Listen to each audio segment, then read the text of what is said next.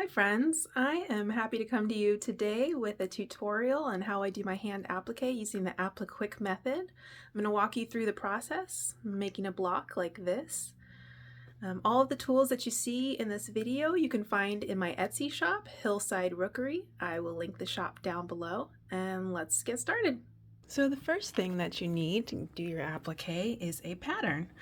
I am going to be using one from this book, When the Cold Wind Blows by Barb Adams and Alma Allen of Blackbird Designs. This book is no longer in print, but the digital version is available for sale from the publisher, C&T Publishing, I believe is their name. So you can access it that way if you want, but you'll see that I'm just using one motif. So you could apply this to anything you wanted to use. The most obvious place to get your applique patterns are in books or special applique quilt patterns, but you can get them anywhere or use anything really. You can just search for free applique patterns online. You can search for kids coloring pages, clip art. There's a website called patternuniverse.com. You can use Google image search. Basically you're looking for an outline to use. So the one I'm going to be using for my demonstration here is this basket. This is part of the Trick or Treat quilt in this book. And so I will be using that and tracing it onto Apliquick paper. So this is what Apliquick paper looks like. It's a fusible stabilizer. I don't know if you can see here, but it's shiny on one side. This is the glue side, and then it's matte on the other side. It's got paper. You can trace your shape onto either side. So my shape happens to be symmetrical, so it doesn't matter which side I trace it onto. You can see here this one is not symmetrical. So if I were to trace this shape, if I trace on the glue side, that's exactly the way it's going to look once I apply it to the fabric. If you can see here, you have to do 48 like this and then 48 reverse. So for the reverse ones, I would trace the same design onto the paper side. And that way I would have it would be reversed when I ironed it onto the fabric. So this is not sticky right now. It will stick once heat is applied with the iron. You can trace on it with any writing utensil. I like to use a Soline mechanical pencil. These are made to write on fabric with. I just find they work well on the paper, but you can use anything. You could also use a fine tipped Sharpie, but if you do that, just realize it will bleed through, so you might want to make a photocopy of your pattern first so you don't get ink on your book. So I've cut a smaller piece of Apliquick paper already, and I am going to go ahead and trace these shapes onto the glue side.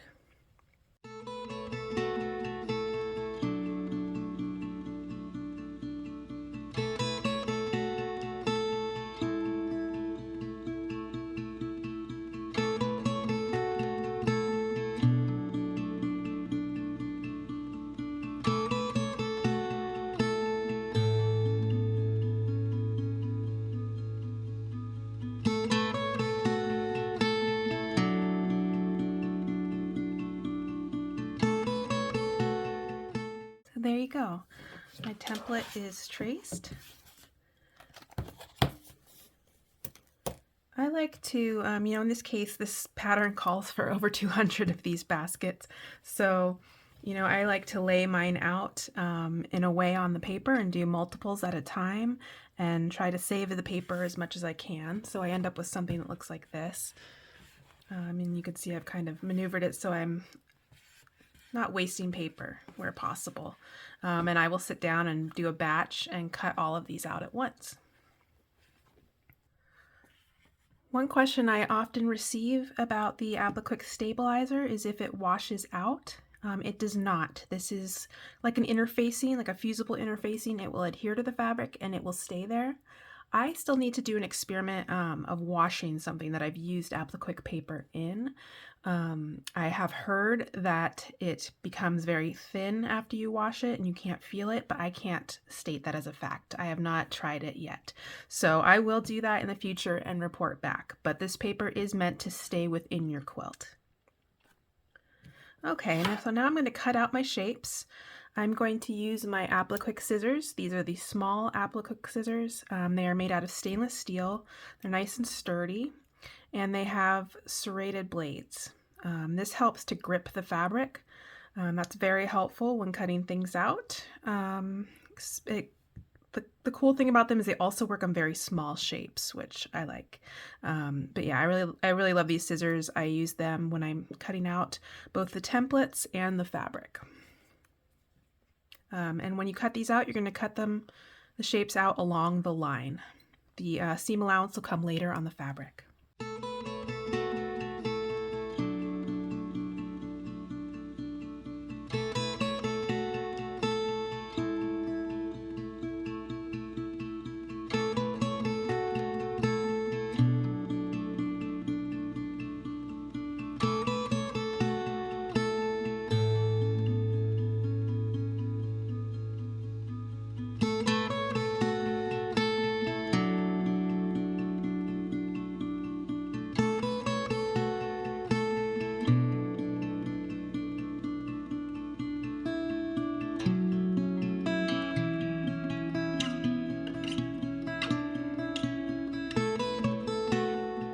Time to adhere the fusible templates to our fabric. I like to give the fabric I'm using a quick press. And then on the back of our piece of fabric, we're going to lay the templates. This is very important. Make sure that the shiny glue side is down on the fabric, or else it's just going to stick to your iron. Don't ask me how I know. All right, so when you lay out your piece onto the fabric, you want to have some space around it for the fabric that you're going to fold over the edge. You want to leave yourself about a little less than 1/4 of an inch. Maybe for cutting out, just go with 1/4 of an inch seam allowance. So put that right there. And then I'll show you once we cut it out how much to leave around the edges. So glue side is down. I use a hot iron with no steam. And just press the shapes on there.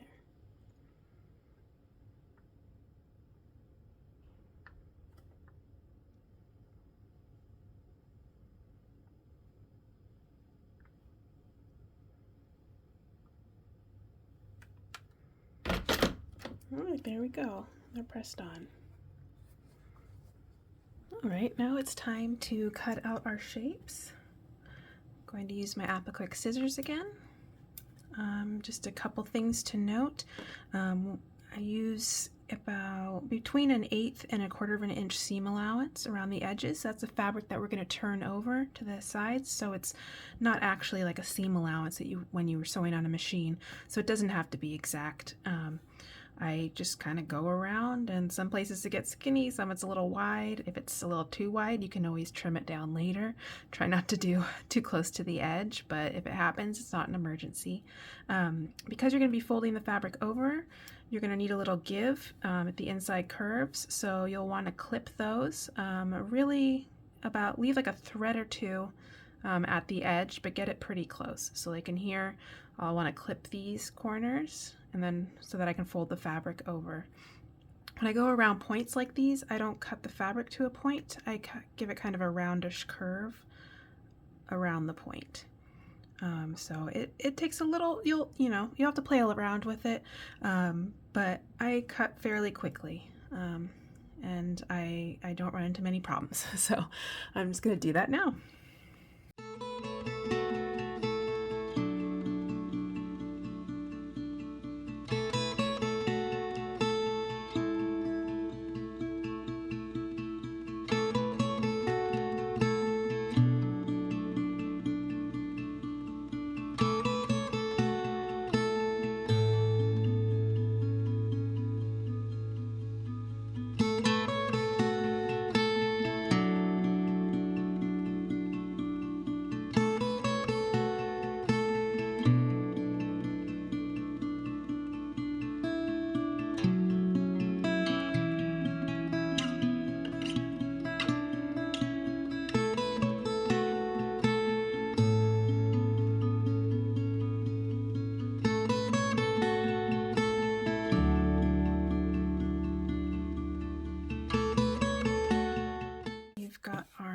piece is ready and prepared, we're going to use the Apliquick tools, the rods, I should say. This is what the box looks like, and this is what the rods look like.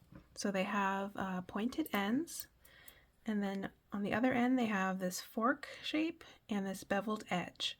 And the fork is used to hold down your fabric or your piece, and the beveled edge is used to flip the fabric over and smooth it down. The smaller ends are used for smaller pieces, tight little corners. You can get in there with, hold one over and then just kind of poke the fabric over. So that's how these work. And then in order to hold the fabric on the other side onto the paper, we're going to use a water-soluble fabric glue pen. The one I use is from Bowen. Here's what that looks like. It has a pink glue, so when it's wet, it's pink, and when it dries, it's clear. So that kind of helps you see where the glue is still wet. I just apply a little bit at a time as I'm going through because it dries quickly. When it dries, it's not like a hard glue. So you can, if you make a mistake, which I do plenty, you can go back and loosen it and apply a little more glue and fold it over and fix your mistake. Even once it's dried, you're usually, unless you used a ton of it, you can usually open that fabric back up. Sometimes if you have something tricky and you really need to get those threads molded, I just use a bit of extra glue. So I'm going to show you how I go through this. And you'll see me put the glue pen down often because, again, I'm doing small amounts at a time because of the glue drying quickly. All right.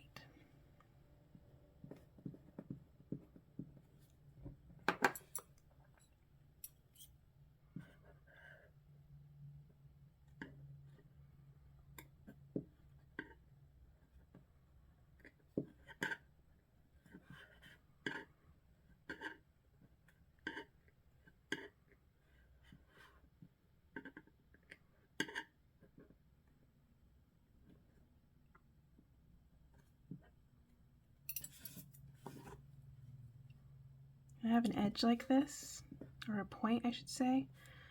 I like to just kind of put a little crease, a little pressure right there on the fabric, kind of help guide it of where it should fold over.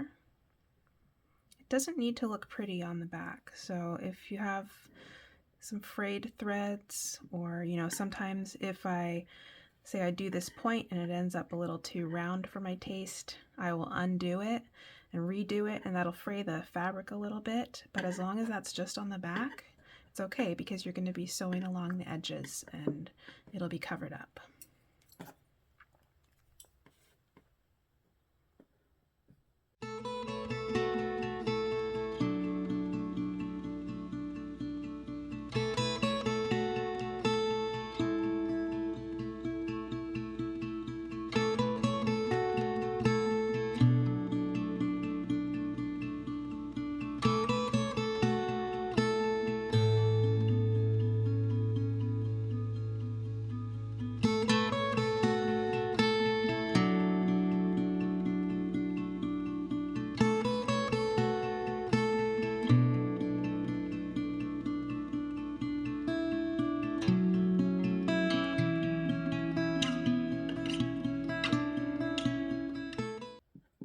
You'll see on the inside points, I just want to make sure I have those couple of threads turned over to the other side so that when I sew this finished piece down onto my fabric, I will take the thread and I will, sew around it, and those frayed edges will be nice and safe on the other side so that they don't fray on the front.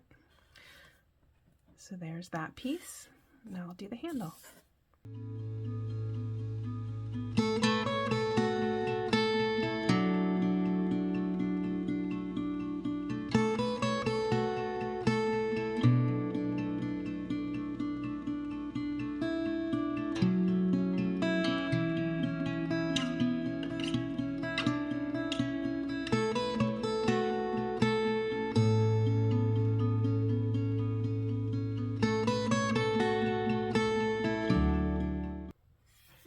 so there I've got my 2 pieces prepped and ready to go. If you wanted, you could go ahead and give it a press with an iron. You know, one thing I want to note is that in this case I finished all of the edges, but if I sew this down with overlap like this, these really don't need to be finished like and folded over like that. Those can be raw because they'll be protected by this. So whatever you're feeling like, whatever your preference. In this case, I just went all the way around. But there's our pieces and they're ready to be sewn onto the background fabric. So here I've got my background fabric for this block. And if this were a bigger piece, I would probably cut the fabric bigger than the specified size, just because if I was doing a lot of hand sewing on that block over some time, it would likely fray on the edges, and then I would be able to cut it down to the exact size once I go to sew it into the quilt. In this case, I'm just sewing the one basket onto the piece, so I'm not too worried about the fraying.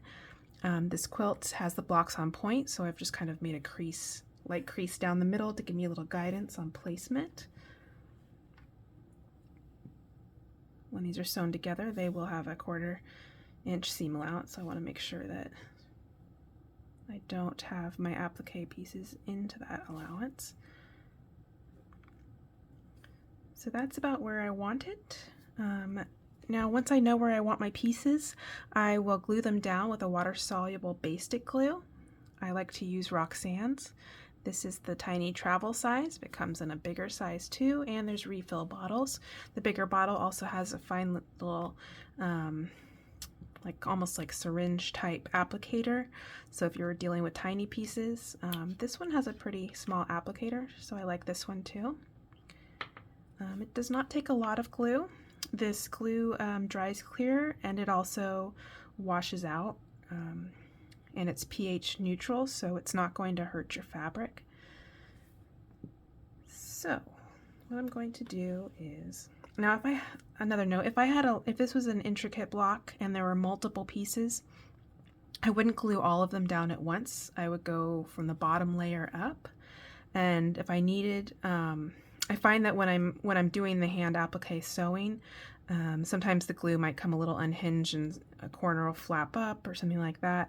So I wouldn't glue all of the bottom pieces down at once. That's just my preference. Sometimes what I'll do is I'll take my applique pins and I will hold some of the pieces in place that way and then glue them when I get to them.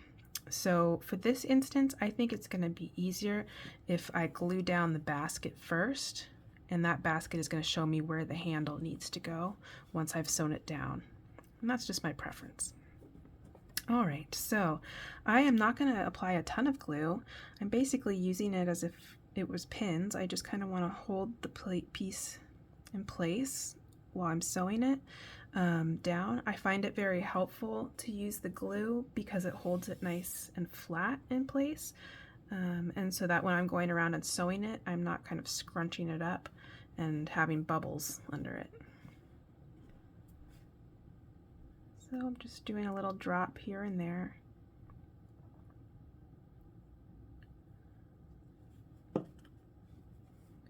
And it takes a few minutes to dry, so I'm going to let it do that. Let it sit a little bit, and it's sticking okay. Didn't want to wait too long, so because I wanted to get on with the tutorial, so it won't be entirely glued down, but it's there enough to stay. So I wanted to show you the tools for the next stage, and then I'm going to move the camera a little closer to show you as I stitch. But yeah, now we're at the stitching phase, which is great. So the needles that I use to sew down my pieces are called black gold needles. These are Applique Sharps number 12. They're from Clover. That's what the packaging looks like. And then you'll want a thimble on this finger to push the needle through the layers. And my preference is to use thimble pads. These give me kind of like a freedom of movement while also protecting my finger. This is how they come. So I have a little sheet of them here, and I use them multiple times. So I'm going to use one that's, you know, not brand new, but still has stick to the back of it. And then for the thread, I use Aurifil cotton thread, an 80 weight. So it's a thin thread that you really can't see very well once you've sewn it down, so it kind of makes your stitches disappear because it's so thin, it sinks in. I like to use cotton thread with the cotton fabric. So this is just the closest color I had in my collection to the piece that I'm sewing down. Usually you want your thread to match the actual piece that's being sewn. And, you know, if you find the right thread, the right neutrals, it doesn't always have to be an exact match. Okay, so I am going to, first I will just thread my needle and get that all set. So I would say go roughly 18 inches on the thread, whatever is most comfortable. Your thread's going in and out of the fabric, including the folded edges. So if you have it too long, it's going to fray as you get further. So try to do a, you know, try not to go further than 18 inches. I'm going to thread this tiny needle.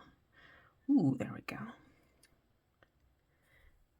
And then I'll make, you know, what they call a quilter's knot, or I'll just loop this over several times and make a knot.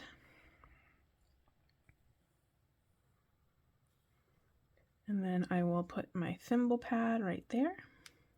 And now I'm going to move the camera in closer so you can see a little more clearly when I'm doing my sewing. All right, so I sew from right to left, and then I'll rotate as I go around. I'm going to start in this corner here, and I do want the piece to be flat on the background so that, again, I'm not kind of getting like a squished bubbly effect. So I will come up as close to the edge as I can, pushing through with my thimble pad finger. So, you know, what's going on here is I have the fabric on top, I have the paper in the middle, then I have the fabric that's over the edge. So it is a little thicker. It's definitely thicker than if you were just sewing through the background fabric. So I'm come down the corner. I go down, and then with my needle tip underneath the piece, underneath both pieces of fabric, I poke it up about, I would say, between a 1/16 and an 1/8 of an inch further down the line. I'd say maybe aim for a 1/16 of an inch, but whatever works, because you've got to put the fabric down right on the edge. So I'm going over the folded edge right into the background fabric, and then coming up at the edge of the piece, just a thread or two from the edge. Now, it doesn't have to be perfect.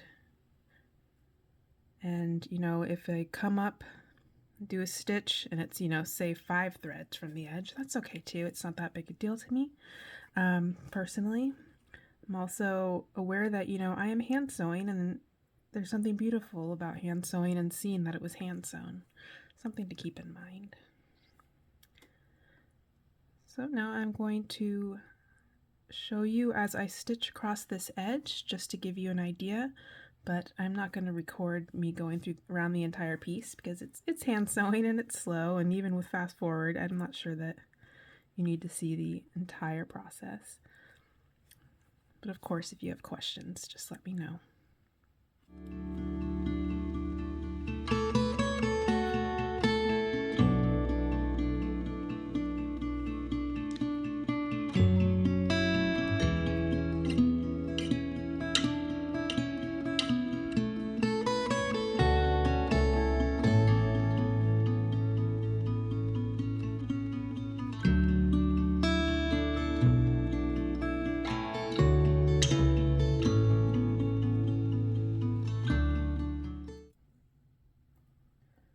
So normally I would continue around the shape, including doing this square in the middle, but for the sake of time, I'm going to pretend that this is the end. Here's what my stitching looks like on the back. You can see I come down here, and then I tilt my needle and bring it back up. So when I'm done sewing, what I do is I go underneath the shape that I just sewed on, and I grab a few threads, and I put my needle under, and then when this loop right here, I use that to make a knot, and I'll do that twice to secure the thread. And then I just like to run my needle underneath the fabric, the background fabric a little bit. It's again underneath the shape. Just a little ways like that before cutting it.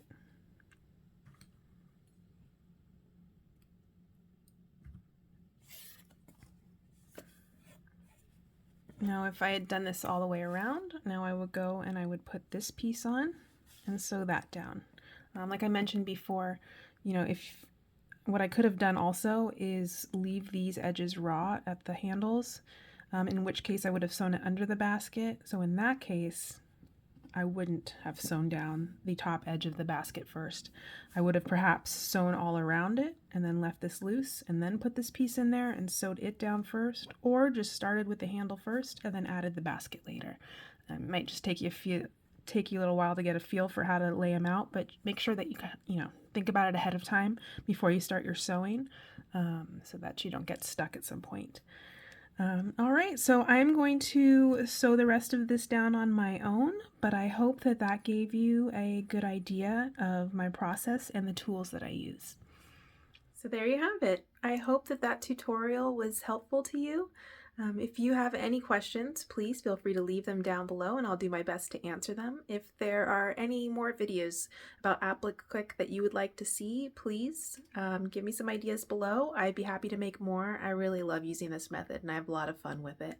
If you have any tips or tricks that you'd like to share with me or others who are starting out with hand applique or maybe have been doing it for years, please leave those down below. I'm sure we would love to hear them. There was one thing in the tutorial that I want to clarify a bit. I don't think I was very clear, and that's about the direction where you're tracing your templates. So a lot of quilt patterns and quilt books will have, let me show you an example. We'll have the patterns, the templates like this. And how it's showing up on the paper is the same direction that it's going to show up on the quilt. And so in order to get that same direction for your template, you're going to want to trace the shape on the glue side of the Apliquick stabilizer. Now some patterns are presented where they've given you the templates in reverse, and that's due to the method that they suggest for doing the applique. So they will tell you on the pattern is printed in reverse. In that case, you'll want to trace the pattern onto the paper side, not the glue side. Now, if you find that you prefer to trace all of your templates on the paper side, then what you could do is make a reverse photocopy of something like this, or you can make a plain photocopy and trace through the back of the paper on a light board or a window. Something else you'll find is that some of these patterns, Blackbird does this a lot, you'll see right here, cut one and one reverse. So I would trace one on the glue side and cut it out, and I would trace one on the paper side and cut it out. And that way I have one of both directions. I hope that helps to clarify. Again, any of the tools you saw in this video you can find in my shop on Etsy called Hillside Rookery, and I'd love to hear what you think. Thanks so much. Bye.